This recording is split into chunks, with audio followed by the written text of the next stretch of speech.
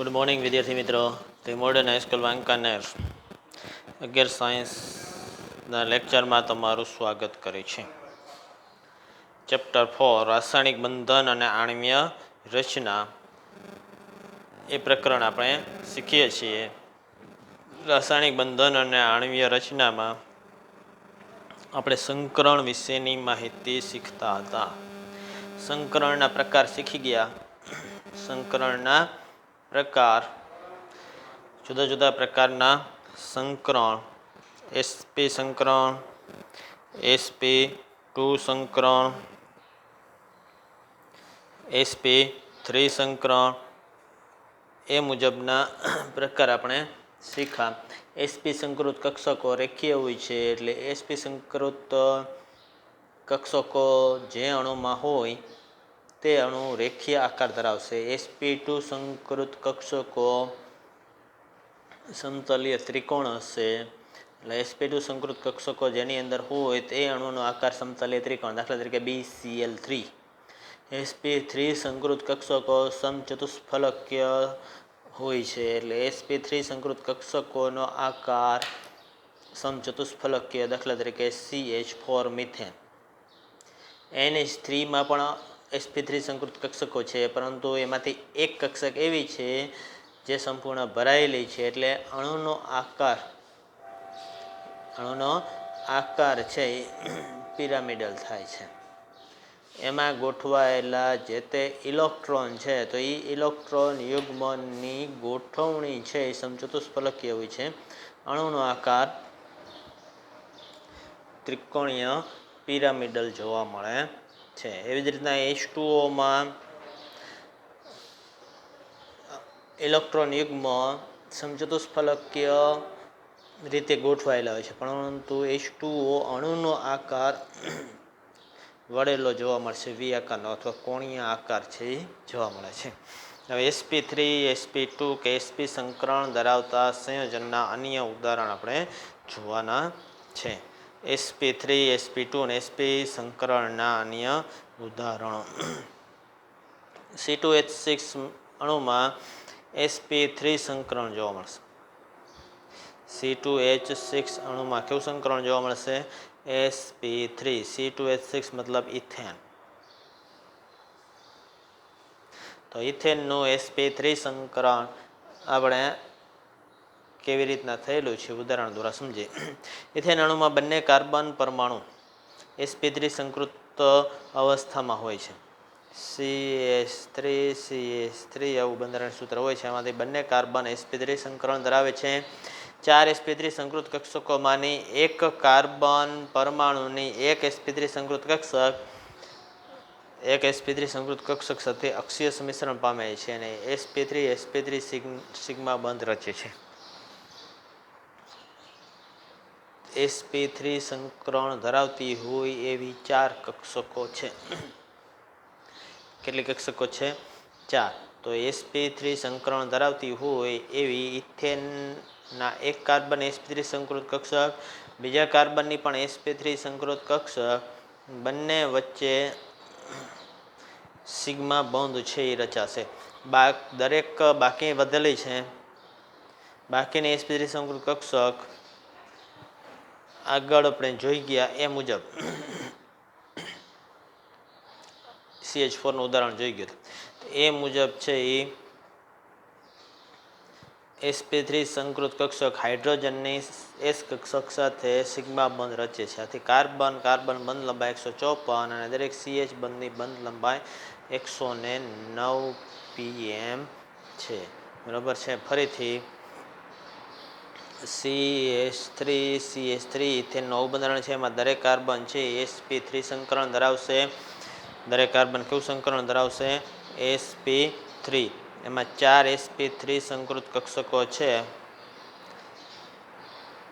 4 અર્ધપૂર્ણ ભરાયેલી છે. એક કાર્બનની sp3 સંકૃત કક્ષક બીજા કાર્બનની એક આવી જ sp3 સંકૃત કક્ષક સાથે બંધ બનાવે છે.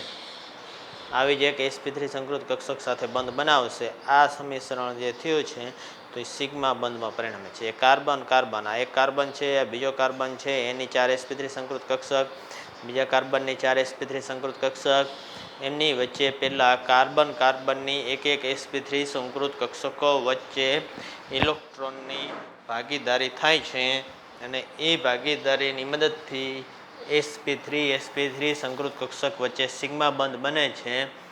એ સિગ્મા બંધ આપણે અત્યારે બતાવ્યું.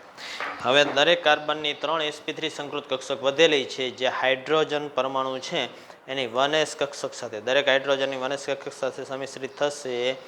એટલે 3 છે એ કાર્બન પરમાણુની કક્ષક છે, હાઇડ્રોજન પરમાણુ કક્ષક, એટલે કાર્બન હાઇડ્રોજન વચ્ચેનો સિગ્મા બંધ બીજા 3 હશે. એટલે બીજો કાર્બન પણ એ જ પ્રમાણે 3 હાઇડ્રોજન સાથે બંધ બનાવશે, એટલે બીજા 3 કાર્બન હાઇડ્રોજન સિગ્મા બંધ રચે છે.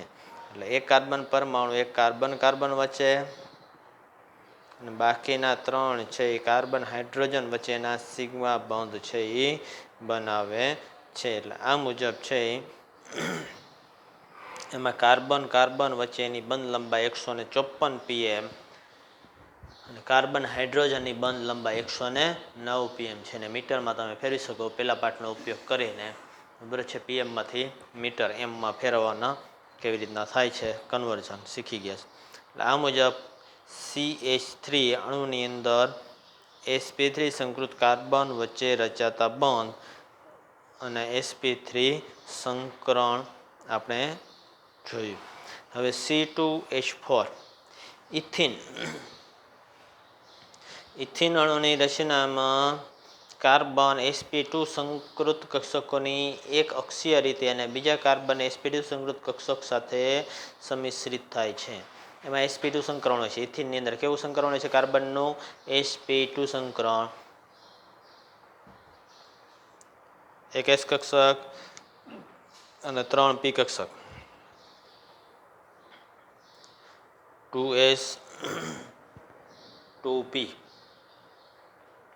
એમાંથી s કક્ષકમાં 2 ઇલેક્ટ્રોન હશે એ p કક્ષકમાં ટ્રાન્સફર થાય, એટલે 2s ની અંદર 1, 2px ની અંદર 1, 2py ની અંદર 1, 2pz ની અંદર 1. આ 4 કક્ષકોમાંથી એક s અને 2 p કક્ષકો સંકરણમાં ભાગ લે છે. ત્રીજી p કક્ષક સંકરણમાં ભાગ લેતી નથી. એટલે કે s ને 2 p કક્ષકો વચ્ચે સંકરણ થઈને sp2 સંકરણ છે થશે. એટલે sp2 સંકૃત કક્ષકોમાંથી એક અક્ષીય રીતે બીજા કાર્બનની sp2 સંકૃત કક્ષક સાથે સમિશ્રિત થાય છે અને કાર્બન સિગ્મા બંધ બને છે. કાર્બન કેવો બંધ બને છે? સિગ્મા બંધ રચે છે. જ્યારે દરેક કાર્બનની બીજી 2 સંકૃત કક્ષકો 2 હાઇડ્રોજન પરમાણુ સાથે sp2 કક્ષક બીજા હાઇડ્રોજનની s કક્ષક વચ્ચે સિગ્મા બંધ રચે છે. એક કાર્બનની સંકૃત ન થયેલી 2py અને 2pz કક્ષકો બાજુએથી બીજા કાર્બનની સંકૃત ન થયેલી કક્ષક સાથે સમિશ્રિત થશે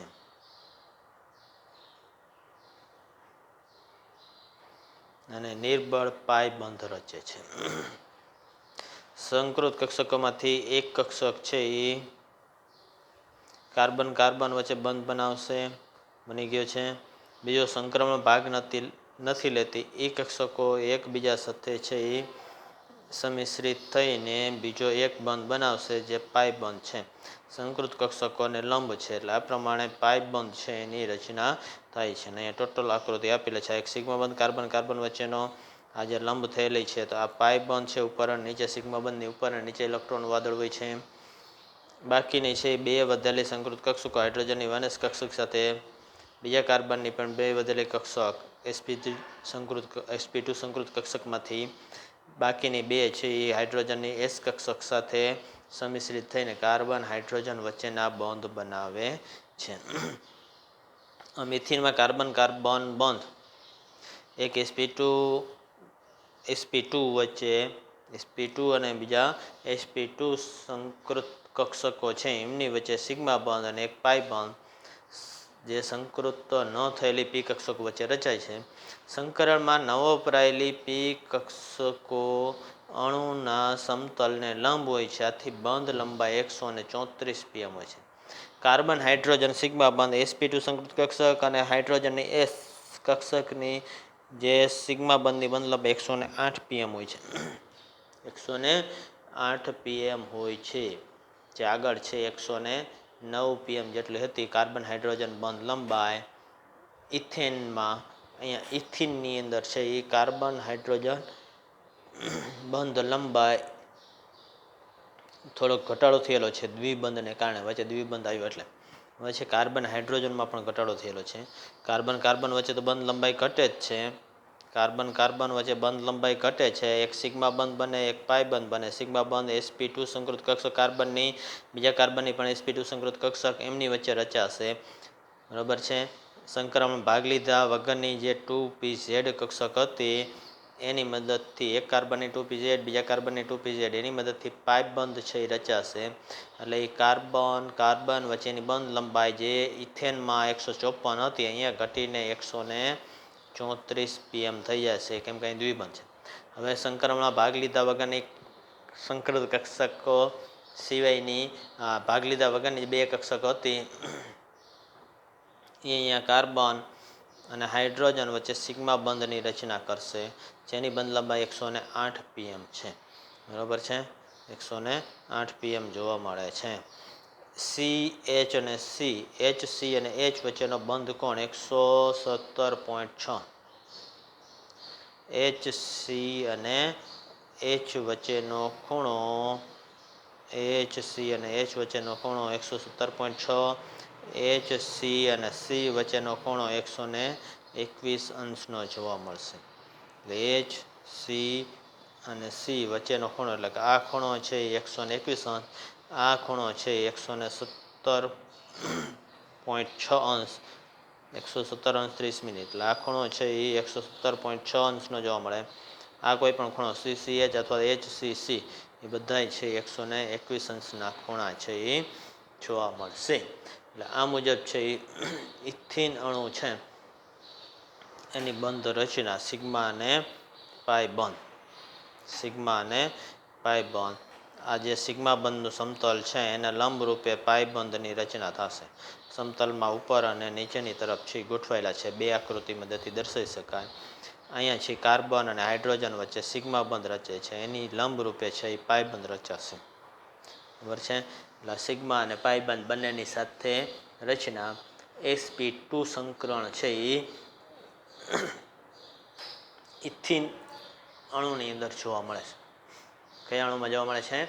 ઇથિન અણુની અંદર આ પ્રમાણેનું sp2 સંકરણ છે જોવા મળે છે. અને અણુની રચના આપણે જોઈ ઇથિન અણુની રચના.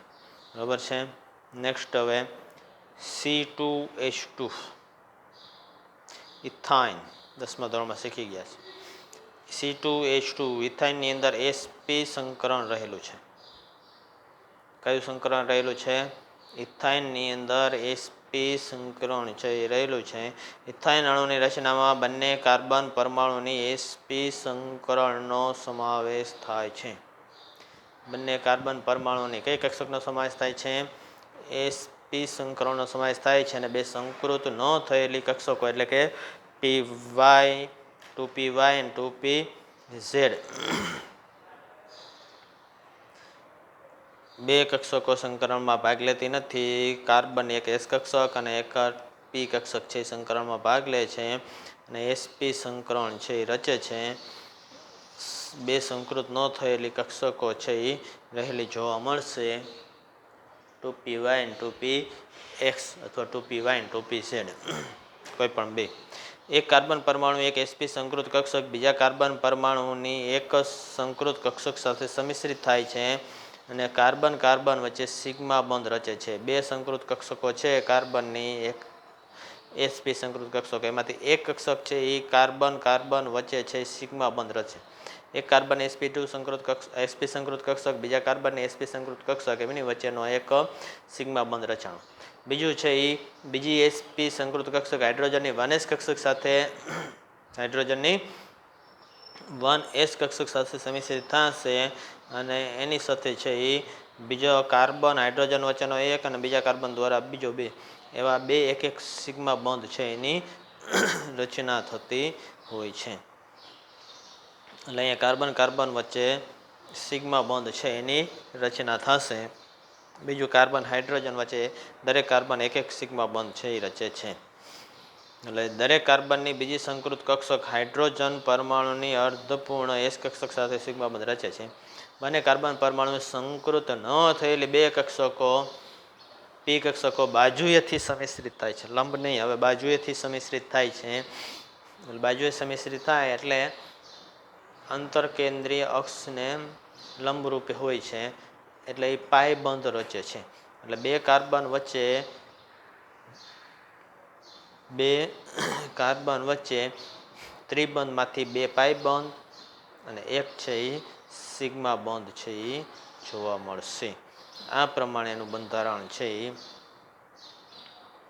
આ બે સંકરણમાં ભાગ લીધા વગરની 2px 2py, બીજા કાર્બનની પણ 2px અને 2py.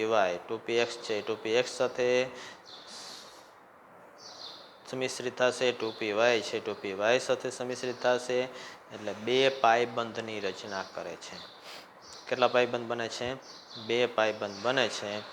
એક સિગ્મા બંધ કાર્બન કાર્બન વચ્ચે પેલા બે પાયબંધ, કાર્બન હાઇડ્રોજન વચ્ચે એક એક સિગ્મા બંધ. આ મુજબનું બંધારણ છે એ ધરાવીને આ મુજબનું બંધારણ ધરાવશે. અને ઇથાઇન અણુની અંદર એક સિગ્મા બંધ, બે પાય બંધ, એક સિગ્મા, બે પાય બંધ. કાર્બન કાર્બન વચ્ચે, કાર્બન હાઇડ્રોજન વચ્ચે પણ કેવો બંધ? સિગ્મા બંધ. અને રેખીય અણુની રચના કરશે, કેમ કે sp સંકૃત કક્ષકો 180 અંશને ખૂણે ગોઠવાયેલી હોય છે. એટલે અહીંયા રેખીય અણુ છે એ રચાશે ઇથાઇન અણુ માટે. ઇથાઇન અણુ માટે કેવો આકાર બનશે? રેખીય આકાર બને છે. એટલે આ થયો આપણા sp3 સંકરણ, sp2 સંકરણ અને sp સંકરણના અન્ય ઉદાહરણો. ખાસ યાદ રાખજો, ફરીથી કાર્બનિક સંયોજન આવશે એમાં પૂછીશ. કાર્બનિક સંયોજનનો એવો આખો ચેપ્ટર, બે ચેપ્ટર આવે છે, એમાંથી એક ચેપ્ટરની અંદર આવા બધા અણુ વિશેની માહિતી છે એ ફરીથી પૂછીશું. ચેપ્ટર નંબર 13ની અંદર કયું સંકરણ છે, આકાર કેવો છે અણુનો, બંધ લંબાઈ કેવી હોય છે, તે દરેક વિશેની માહિતી. બરાબર છે. એટલે અહીંયા ત્રિબંધ બનેલો છે કાર્બન કાર્બન વચ્ચે, એટલે આગળના એક બંધ એના કરતાં દ્વિબંધની બંધ લંબાઈ ઓછી, એના કરતાં ત્રિબંધની બંધ લંબાઈ ઓછી, એટલે કાર્બન કાર્બન વચ્ચે બંધ લંબાઈ પણ ઘટી જાય છે. આગળ જે 134 pm હતી ઇથિનની અંદર, ઇથેનમાં 154, ઇથિનમાં 134, એ બંધ લંબાઈ ઘટીને 120 pm થાય છે ઇથાઇન અણુમાં. કાર્બન કાર્બન વચ્ચેની બંધ લંબાઈ, કાર્બન કાર્બન વચ્ચેની બંધ લંબાઈની વચ્ચે વાત છે. એટલે આ મુજબ છે